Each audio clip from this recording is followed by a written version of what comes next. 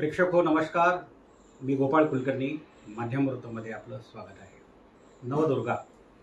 नवदुर्गा ही मालिका आम्ही नवरात्रामध्ये घेऊन आपल्या दरवर्षी भेटायला येत असतो आणि महिलांच्यामध्ये जे सुप्त गुण असतात त्यांचा परिचय तुम्हाला घडून आणावा म्हणून आम्ही हा एपिसोड घेऊन तुमच्यापुढे दरवर्षी येत असतो. आज एक अशाच नवदुर्गेची आपण ओळख करून घेणार आहोत, ज्यांचं नाव आहे वृषाली विक्रम पाटील.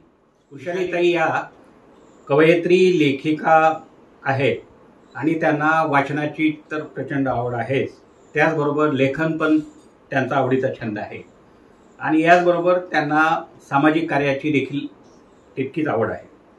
तसंच त्यांचा आवडीचा विषय म्हणजे प्रवास, गीत, संगीत असे विविध गुण असलेल्या अशा या विविधांगी असलेल्या वृषालीताई या सर्व परिचित आहेत.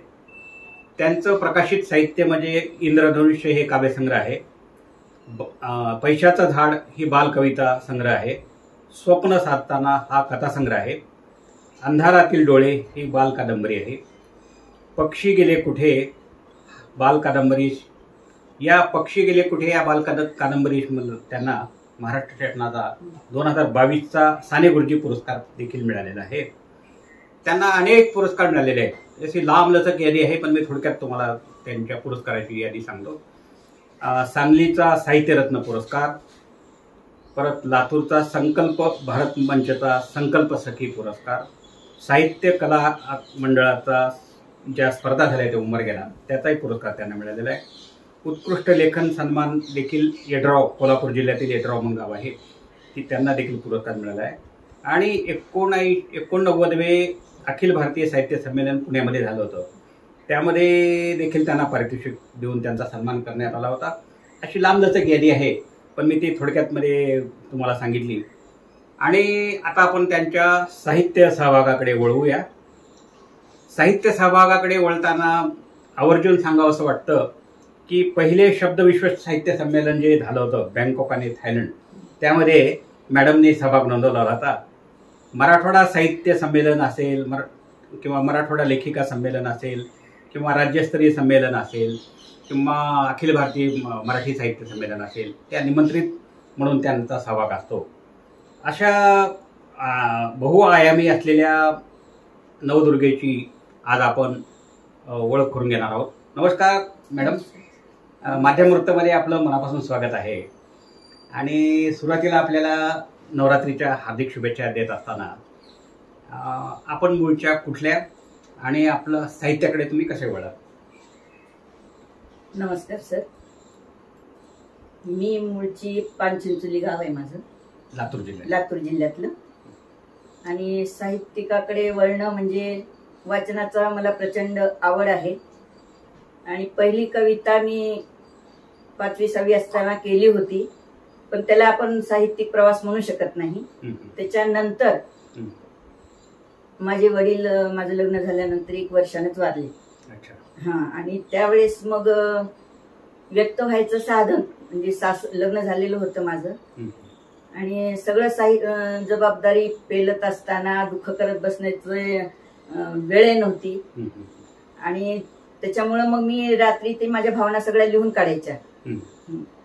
तर ते पहिल्यांदा माझं लिखाण तिथून सुरुवात झालं. आणि कवितेचं म्हणाल तर कविता मी असंच प्रसंगानं करत होते आधी, म्हणजे कुणाचं बर्थडे असेल, कुणाचं डोहाळजेवण असेल किंवा 61 असेल, प्रसंगानं कविता रचना म्हणूया आपण त्याला, तर रचत होते. परंतु खरं आतून येणारी कविता म्हणलं तर माझी आई वारली आणि त्यावेळेस पहिल्यांदा मी माझी माय माऊली दाट वृक्षाची सावली ही आतून माझी कविता आली आणि तिथपासून माझा मग साहित्यिक प्रवास सुरू झाला.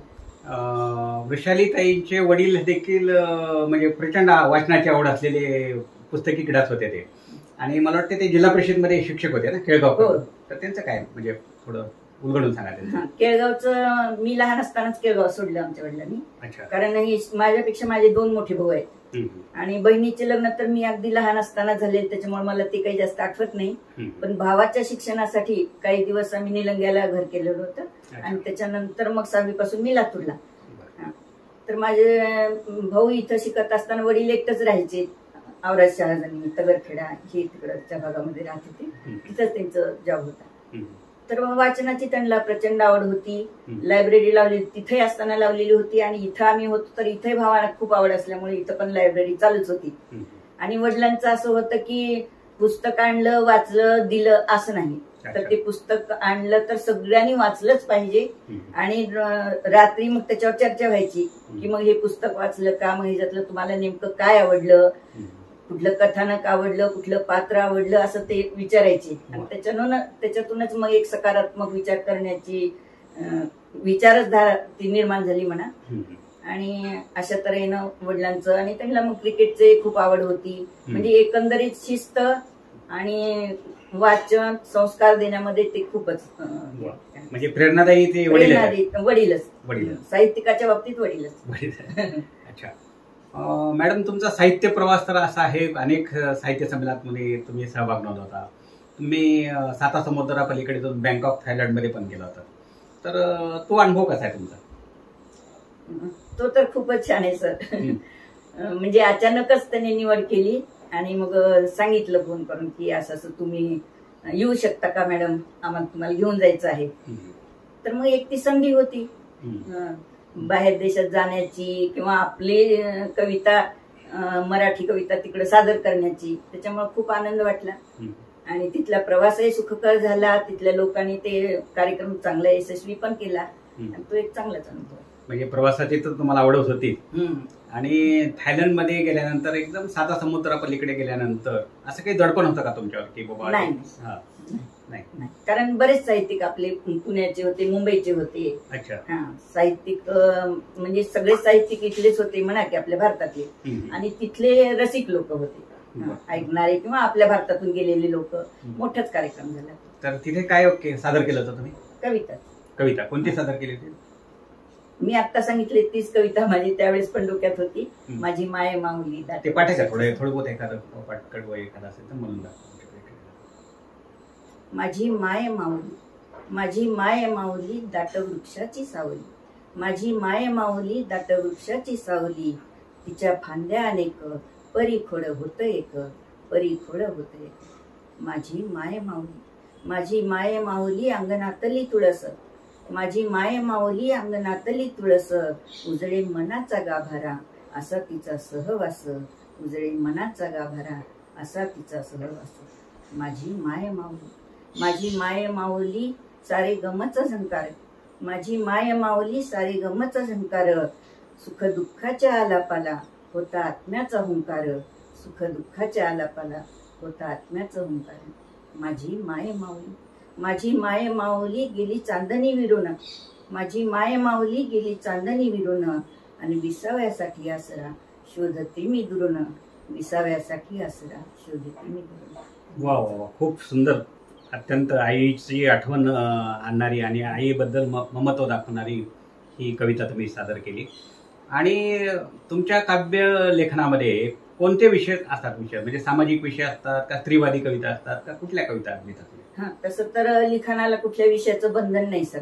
कविता असो की कथा असो, कादंबरी असो, पण मी सर्वच विषयाला स्पर्श करायचं माझी म्हणजे इच्छा असते किंवा ती आवड आहे माझी. म्हणून कवितेमध्ये पण अनेक विषय आहेत. आणि कथा संग्रहामध्ये प्रामुख्यानं म्हणाल तर मी बरेच वर्ष चिंचोलीला ग्रामीण गावी होते, तर तिथल्या महिलांचे अनुभव, तिथल्या महिलांचे प्रश्न हे सगळं मी जवळून बघितलेलं आहे. पण ते त्याचे थोडस म्हणजे मनावर परिणाम म्हणा तर ते जास्त करून स्त्रीवादीच कथा आहेत. आणि कादंबरी तर लहान मुलावर आहेत. 2 कादंबऱ्या जे तुम्ही आता उल्लेख केला की पक्षी गेले कुठे आणि अंधारातील डोळे. अच्छा. आता तुमच्या कथा संग्रह तुमचा प्रसिद्ध झालाय, कादंबऱ्या देखील झालेल्या आहेत. आणि आता काही दिवसानंतर तुमचं आणखी एक अपत्य जन्माला येते. कोणतं आहे ते? कादंबरी येते. स्मृती छटा नाव आहे त्याचं. आणि पुण्याचे प्रकाशक आहेत आणि ते येईल आता 1-2 महिन्यातच. कशा पद्धतीचं आहे ते कादंबरी तुमची? ते नातं म्हणाल तर सासू सुनाच्या नात्यावर आहे.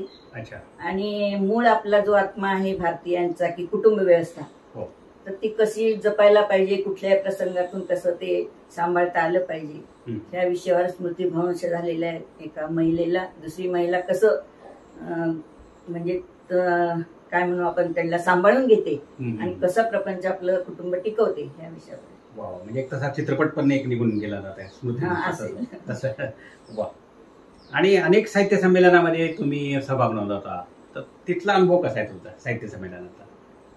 नाही, छानच आहे सर. मी आता बरेच मराठवाडा साहित्य संमेलन असतील, मराठवाडा लेखिका साहित्य संमेलन असतील, बाल साहित्य संमेलन असेल बालकुमारांचं, आणि राज्यस्तरीय पण बरेच मुंबईपर्यंत अलिबागपर्यंत राज्यस्तरीय संमेलन केली. तर छान आहेत. म्हणजे असं कधी आपल्याला अनुभव मला तरी आला नाही की मराठवाड्यातली आहे म्हणून कुणी म्हणजे कमी लेखलंय किंवा कुठल्या ह्याच्यात हे केलं असं नाही. म्हणजे साहित्यिक म्हणजे साहित्यिक, कवित्री म्हणजे कवित्री, तेवढा मान ते देतात. आणखी काय तुम्हाला असं वाटतं का की आपल्याला बाबा आता एवढ्यावर न थांबता आणखी काहीतरी लिखाण करावं वेगळ्या पद्धतीचं, असं काही वाटतं का तुम्हाला? हा, तसं माझे 5 पुस्तकं आहेत प्रकाशनाच्या वाटेवर. अच्छा. तर कथा संग्रह आहे, त्याच्यात मग विविध कथा आहेत. ते काही फक्त स्त्रीवादीच आहेत असं नाही आता त्याच्यात. वेगळे वेगळे विषय आहेत. पुन्हा बाल कविता संग्रह एक आहे, हायकू संग्रह आहे, आणि एक कादंबरी आहे. प्रौढ कविता संग्रहाचं पण प्रकाशनाच्या वाटेवर आहे ती पण. असे वेगळे विषय आहेत. आता तुम्ही एक छोटं नाटिका पण मी एका प्रसंगासाठी लिहिलेली होती. काय नाव होतं ते? वाढदिवस. अच्छा अच्छा. आणि तुम्ही बालकथा देखील लिहिलेल्या आहेत, बालकथा संग्रह. तर ते कोणते, त्याच्यामध्ये कोणते कोणते असे विषयाला स्पर्श केला तुम्ही? बालकथा कथनही करते मी, कथा कथनाची मला आवड आहे. अरे वा. बऱ्याच ठिकाणी केलेले आहेत आतापर्यंत. आणि परवाच म्हणजे पैठणला झालं जानेवारीमध्ये, तर तिथं मी कथा सादर केली, ते खरा माणूस म्हणून. तर हे जे भौतिक सुख आहेत त्याच्यापेक्षाही नीतिमूल्य काय आहेत आणि त्याची ओळख आणि ते लहान मुलांच्या मनावर बिंबणं हे फार आवश्यक आहे. त्या दृष्टीनं आलेल्या थोड्या अनुभवातून ती कथा मी सादर केली. म्हणजे कथा हे करताना सांगताना तुम्ही अनेक ठिकाणी असं हे जीवनाला स्पर्श करणाऱ्या किंवा सामाजिक विषयाला हे करून धरून तुम्ही ते मांडणी करतात. आता मराठवाडा साहित्य हे आहे, परिषद आहे म्हणजे मसाप, त्याच्यामध्ये पण तुमचं काम आहे. तर ते काय काम, काय काय कामं करतात? इतर संमेलन होतात सगळे. हा, शिवार संमेलन आहे, पुन्हा आपलं लोकलची संमेलन होतात, किंवा मग मराठवाड्यातलं कुठे लेखिका संमेलन असेल किंवा मसापचे दुसरे संमेलन असतील, तिथं निमंत्रित म्हणून जाणं. आम्ही शिवारचं एक निलेश ठक्करच्या शेतामध्ये फॅक्टरीमध्ये, तिकडं कोणतं तर गाव आहे निवळीच्या जवळ, तिथं अटेंड केलं होतं सुरुवातीला. त्याच्यानंतर ते शेतामध्ये वगैरे असतात ना, त्याच्यामध्ये शिवार म्हणजे शक्यतो तर ग्रामीण भागात. शेषराव मोहिते आहेत, जयद्रथ जाधव आहेत, असे बरेचसे साहित्यिक आहेत. तर एक चांगलं, एक स्त्रीला त्याच्यामधलं जे स्त्रियामध्ये जे गुण असतात, किंवा एकंदर मराठवाडा म्हणजे कसं आहे, आपण थोडं बुजरे लोक असतो थोडं, तर त्यांना साहित्यिकांच्या हे करा, व्यासपीठ एक त्यांना योग्य व्यासपीठ व्हावं म्हणून हा शिवार हा उपक्रम खूप उल्लेखनीय आणि चांगला मसापण हे केलेला आहे. आणि मसापचे असे कट्टे किंवा असे वेगवेगळे आठवड्याला एक प्रत्येकाच्या घरात जाऊन काव्य कट्टे म्हणा किंवा असं साहित्य कट्टे, असे काहीतरी वेगळे काय उपक्रम घेता तुम्ही? ते नाही, मागे तर व्याख्यानमाला झाली मसापाच्या अंतर्गतच, आणि बैठक वगैरे होतात, ही चर्चा होते की काय मग पुढे करायचं, कशा पद्धतीने संमेलन घ्यायचे वगैरे ते. आणि तुम्ही ज्यावेळेस तरुण वयामध्ये होतात सुरुवातीला, वडील तर प्रचंड वाचनाची आवड, त्यांना घरात पुस्तकाची असे डिक्टेट दिला आहे, तर सर्वात पहिल्यांदा तुम्ही वाचलेलं पुस्तक कोणतं? श्रीमान योगी. अरे वा. मी जवळपास त्याची 3 वेळेस वाचली, पारायण झाल्यासारखं. हो का? काय म्हणजे त्याच्यातली कोणती व्यक्तिरेखा तुम्हाला आवडली श्रीमान योगी? शिवाजी महाराजांचं. वा. आणि अलीकडे कोणतं वाचण्यात आलेलं पुस्तक? तर बरेच येतात सर, काही समीक्षणासाठी येतात, काव्यसंग्रह ह्याच्यासारखं, म्हणजे ती पण मला आवड आहे, परीक्षण करते बऱ्यापैकी. तर ते पुस्तकं आहेत. आणि मागच्या ह्यांचं म्हणा तर तसं मला जुनी पुस्तकं आवडतात जास्त करून, म्हणजे पु ल असतील, वि स खांडेकर असतील, कादंबऱ्या वगैरे. तर ते ह्याच्या सोबत नवीनच्या सोबत जुनं पण वाचायची खूप आवड आहे. म्हणजे नव्याची तर कास धरत जुन्याला देखील विसरत हा नाही. विसरत नाही. वा. आता एक साहित्यिक म्हणून किंवा साहित्य प्रवास तुमचा झाला असल्यामुळं अधिकारवाणीनं तुम्ही नवोदित साहित्यिकांना काय सांगणार आहात?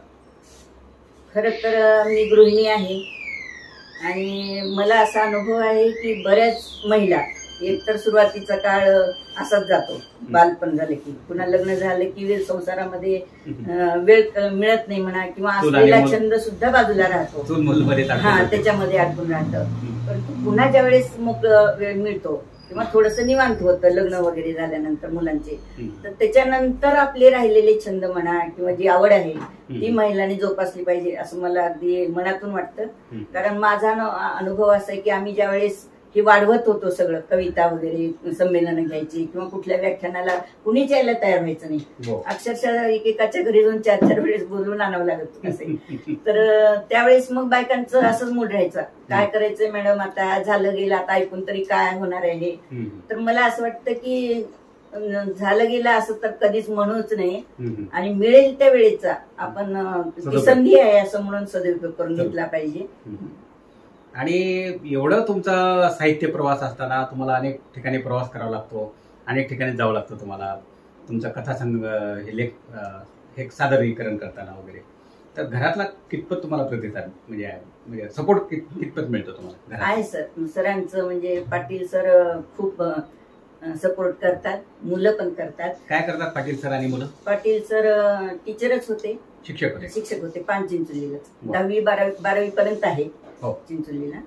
तर तसंच, आणि शेतीची त्यांना प्रचंड आवड होती, आणि शेतीमुळं त्यांनी बरेच वेळेस लातूरला लागलेला जॉब सोडला, अजून इकडे लागलेला सोडला, पण गावीच पुन्हा लागल्यानंतर शेती आणि नोकरी असं सगळं त्यांनी सांभाळून, जॉब सांभाळून केलं. आणि त्या काळामध्ये मी बाकीचं सगळं सोडून संसार सांभाळला, त्याच्यामुळे ते मोकळेपणानं फिरू लागले. कारण स्पोर्ट्स टीचर होते, टीम घेऊन जायचं वगैरे असं त्यांचं सगळं राहायचं. म्हणजे हे मोठे सण तर अक्षरशः त्यांनी राहतच नव्हते घरी. लक्ष्मी असते म्हणजे पावसाळी राहायचं की पुन्हा हिवाळी सत्र राहायचं, पुन्हा उन्हाळी सत्र राहायचं. आणि मग त्यांना स्वतःला आवड असल्यामुळं ते, आणि ग्रामीण भागात तर लोकांच्याच मनामध्ये की मुलं खेळाकडे वळले तर अभ्यासाकडे दुर्लक्ष होईल, त्याच्यामुळं खेळण्याच्या तासाला सुद्धा कोणी बसायचं नाही, यायचं नाही, असं होती परिस्थिती. पण मग ते सरांनी आमच्या खूप हे केले. मग माझ्या मुलांपासून म्हणले, आपले जर मुलं खेळत नसले तर दुसरे कसं पाठवते, म्हणून मग ते सरांनी, माझी मुलगी 3 वेळेस महाराष्ट्राकडून खेळली, म्हणजे राष्ट्रीय लेवलवर व्हॉलीबॉल, बास्केटबॉल. काय नाव मुलीचं? सोनाली देशपांडे, आता देशपांडे तिकडचं आहे. आणि एका वेळेस तर ती महाराष्ट्राची कॅप्टन होती. कोणत्या क्रीडा प्रकारामध्ये? व्हॉलीबॉलमध्ये. तिनं बास्केटबॉल खेळलं, पण व्हॉलीबॉलमध्ये तिला जास्त आवड, सरांचं पण तेच. आणि मुलगा पण हेच व्हॉलीबॉल खेळाडूवरती आहे. आणि त्याच्यानंतर मग त्यांनी सिद्ध करून दाखवलं की हुशार मुलं असले तरी खेळाकडे वळलं तर काही हरकत नाही, किंवा त्यांचं करिअरवर काही परिणाम होत नाही.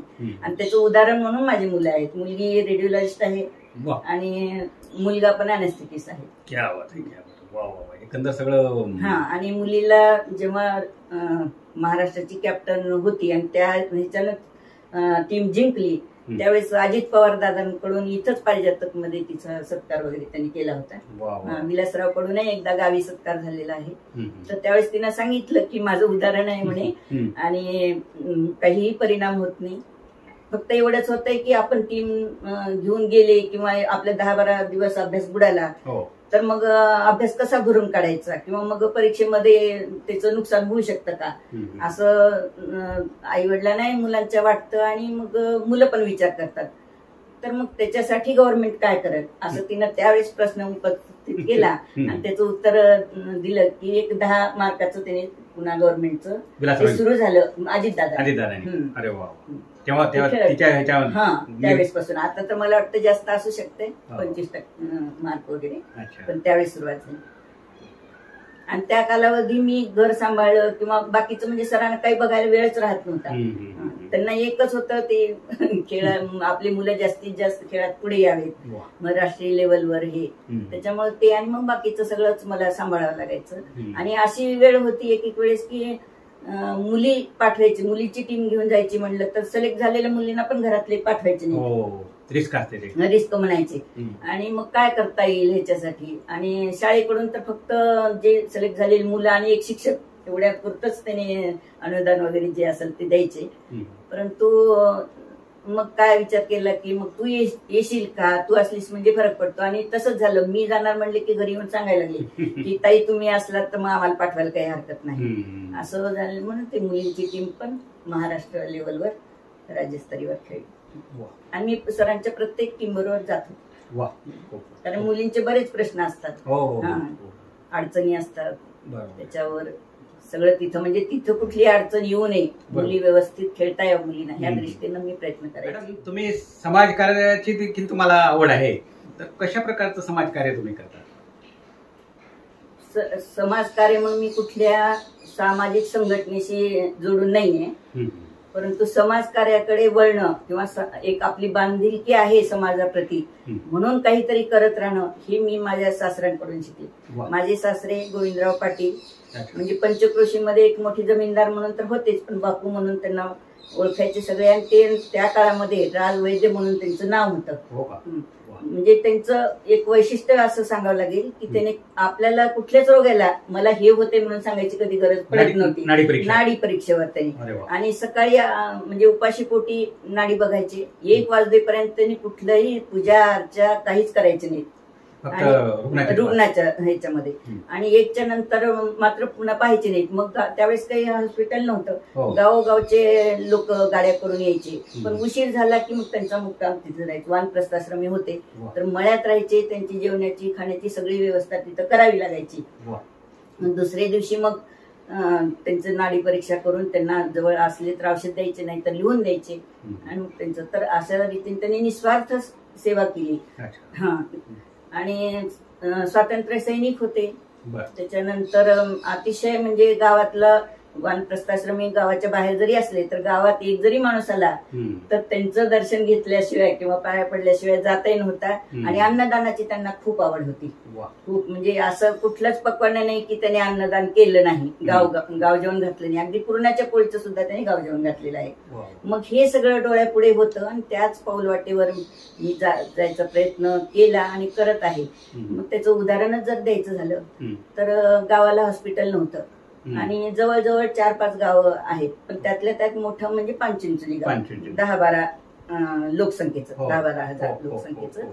मग इथं हॉस्पिटल व्हावं अशी इच्छा होती, पण जमीन द्यायला कुणी तयार नव्हतं किंवा कुठं बांधायचं हॉस्पिटल असं होतं. मग ते आमचंच घराच्या जवळच शेत लागून असतेच ना जमीन, तसं शेत लागून खारीचीच जागा माझ्या मोठ्या दिरांनी हॉस्पिटलसाठी दिली. आणि मग तिथं हॉस्पिटल झालं.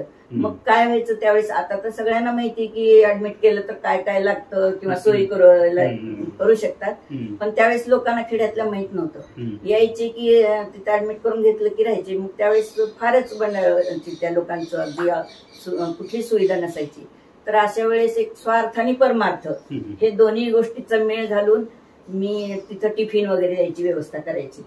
4 महिने चातुर्मास आहे, तर मग मी अधून मधून असं जायचंच, कुठं काय चाललंय, कोण पेशंट आलेत काही नाही, जवळच असल्यामुळं. आणि मग ते माझ्या लक्षात आले की इथं गैरसोय बसणाऱ्याची जवळ होते आणि पेशंटची होते. मग ते रोज एकाला जेवण वगैरे द्यायचं, असं मी करायचं. मी अनेक संस्थेला देते, कुठं अनाथाश्रम असेल किंवा वृद्धाश्रम असेल किंवा आपलं हासेगावचं हे असेल असं करते. पण मी सेवालय असेल किंवा आपलं बुधड्याचं असेल अशा ठिकाणी, किंवा कुठं पेशंट आता इथं जेवण वगैरे आम्ही दिलेले 1-2 ठिकाणी, कॅन्सर हॉस्पिटलला वगैरे. तर ते असं मी माझ्या परीनं त्यांनी घालून दिलेल्या वाटेवर चालण्याचा प्रयत्न करते. पण आई वडिलांची अशी शिकवण होती की उजव्या हाताने दिलेलं डाव्या हाताला कळू नये, म्हणून त्याचा गवगवा किंवा कुठं फोटो काढणं, फेसबुकवर टाकणं, व्हॉट्सअपला टाकणं असं मला ते आवडतही नाही आणि केलेलं नाही. किंवा मुलं, मग माझ्याकडे मुलं पण राहत होते शिक्षणासाठी, मुलं राहायचे 2-3 मुलं. मी बरेच म्हणजे 6वी-7वी पासून 12वी पर्यंत त्यांचं शिक्षण माझ्याच घरी झालं, म्हणजे आर्थिक दृष्ट्या जे आहेत ते. आणि मग कुणाची फी भरायची असेल, कुणाचं काही करायचं असेल, ते सगळं. खूप छान. आता आपण मुलाखतीच्या शेवटच्या भागाकडे वळत आहोत. नवरात्र आहे, नवरात्रानिमित्त समस्त स्त्री शक्तीला तुम्ही संदेश काय देणार आहात किंवा आवाहन काय करणार आहात? तेच मी मगाशी जरी म्हणलं की आता माझं काय, असं ही वाक्यच महिलांनी आपल्या मनातून काढून टाकायला पाहिजे की ज्यावेळेस संधी मिळेल किंवा थोडंसं निवांत झालं असं वाटेल, कर्तव्य तर सोडायचे नाहीतच, परंतु त्याच्यातूनही वेळ काढून आपल्यासाठी आपण जगायला पाहिजे असं मला वाटतं. आहे ते छंद, बऱ्याच वेळेस काय होतं, कुणाला रांगोळीची आवड असते, कुणाला पाककलेची असते, सगळं असतं, परंतु ते कालाच्या ओघामध्ये दुर्लक्षित झालेलं असतं. तर ते पुन्हा नव्यानं चालू करून त्याच्यातला आनंदही घेतला पाहिजे असं मला एक मनातून वाटतं. वा, आपण साहित्य प्रवास तुमचा उलगडून सांगताना तुमचे काही अनुभव देखील आमच्या प्रेक्षकांपुढे तुम्ही उलगडून दाखवले, याबद्दल माध्यम वृत्त या समूहातर्फे मी आपलं मनापासून आभार मानतो. धन्यवाद देतो आपल्याला. धन्यवाद सर, तुम्हालाही खूप खूप शुभेच्छा. धन्यवाद. आणि मित्रांनो, आपल्याला हा साहित्य प्रवास कसा वाटला याबद्दलच्या प्रतिक्रिया आपण कॉमेंट्स बॉक्समध्ये जरूर नोंद करा. आणि हा व्हिडिओ आपल्याला आवडल्यास माध्यम वृत्त या यूट्यूब चॅनलला लाईक, शेअर आणि सबस्क्राईब करा. धन्यवाद. मी गोपाळ कुलकर्णी, माध्यम वृत्त सेवा.